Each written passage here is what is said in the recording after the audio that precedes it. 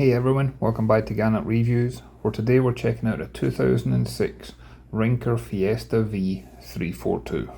At the time of shooting this video, this one was for sale for $95,000 and was lying in Daytona Beach, Florida. And this would make a great weekend cruiser. She's well equipped and she's got very low hours at around 150 hours despite being 2006. I love the way the bimini canopy cover comes right over the aft cockpit, giving you shade and protection if you want, but obviously you can fold this up if you want that open air experience. You see we've also got a large bathing platform on this one, complete with boarding ladders. This would be a great spot for a bit of fishing, swimming and diving. And she's quite a beamy boat for her size. She's 37 foot in length and she's got a beam of 12 foot, so it gives great stability, both underway and when at anchor. Boarding this one's easily done by stepping on the bathing platform. And I like that there's a little door as you lead in through the transom. That'd be great to close if you've got young kids on board or maybe pets. And you can see how spacious this boat is. You'd probably get 10 adults on here in comfort.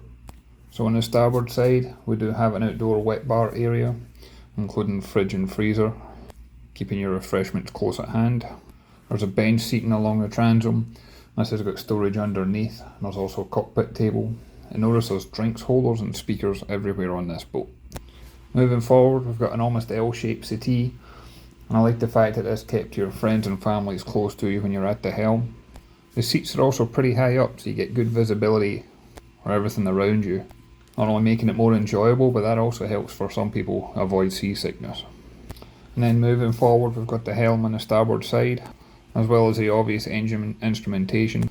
We do have a depth finder, Simrad autopilot, it's got a Garmin GPS, there's a Cobra Marine VHF, and there's a compass mounted up there as well. Also like the fact that the helm seat itself has got the bolster effect. You can pop that up if you want to stand at the helm rather than sitting down, especially for close quarter manoeuvres. And to get to the bow for that sun pad, and also for the anchor and mooring, there's a step built into the hull next to the helm, and that middle window pops open, so it's much safer rather than walking around the side of the boat. And then to get to the lower accommodation, there's a sliding door. I like the fact that this was a solid sliding door rather than a glass one. It gives you more privacy down below. And just a few short steps down, you'll see we've got the saloon on the starboard side, complete with a cockpit table in the middle. I was impressed with how much headroom's down here. I was also impressed with the amount of natural light. And I like the light colours that's on the leather upholstery and the way it complements the woodwork. Also for a boat of this size, note all the storage compartments that you can see, making this perfect for weekend cruising. This boat's got full air conditioning, allowing you to enjoy this boat all season long. It's also got a fusion stereo system, and you can split the audio so that it can be inside only, or you can have it throughout the entire boat. Now when you make your way to the bow, I like the way that they've got the infill cushions. The entire bow area turns into a bed. I also like the overhead hatch, it gives light and ventilation, and it's got those blinds where you can slide it across with a mesh screen to keep the bugs out, and then it's obviously got the blind to close if you want darkness and privacy. And then as we pan round, we've got the galley on the port hand side.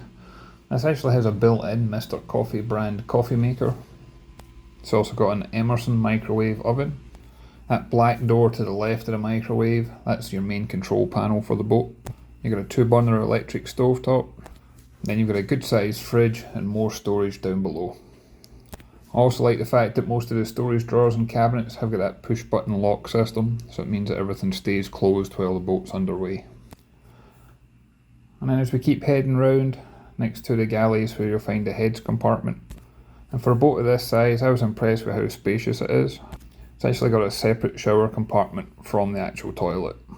I was also impressed with how much headroom's in here. You've got plenty of room that you can actually take a shower. And then there's more storage for your toiletries and personal belongings. And then underneath the main helm and cockpit of the boat, there's actually another double berth under here as well. Might not show up on the camera, but there was plenty of artificial light in here. But as well as being a double berth, this would also work well for storage area for larger items, like if you wanted to put the canopy cover or something like that. And this does have a canvas curtain that you can close off if you wanted some extra privacy while you were sleeping. And then if we pop back up on deck, The main engines for this one, they're under the aft cockpit, and this is accessed through a hydraulic platform that lifts up. This is all controlled at the helm. And down here you're going to find a pair of MerCruiser 6.2 litre gas engines. They've got around 320 horsepower each, and when I was on board they had around 150 hours on the clock. There's also a Kohler generator on board, so you can enjoy all the appliances while you're out at sea, at anchor, as well as in the marina. And I should point out there's 235 gallons of fuel, there's 51 gallons of fresh water, and 45 gallon holding tank capacity.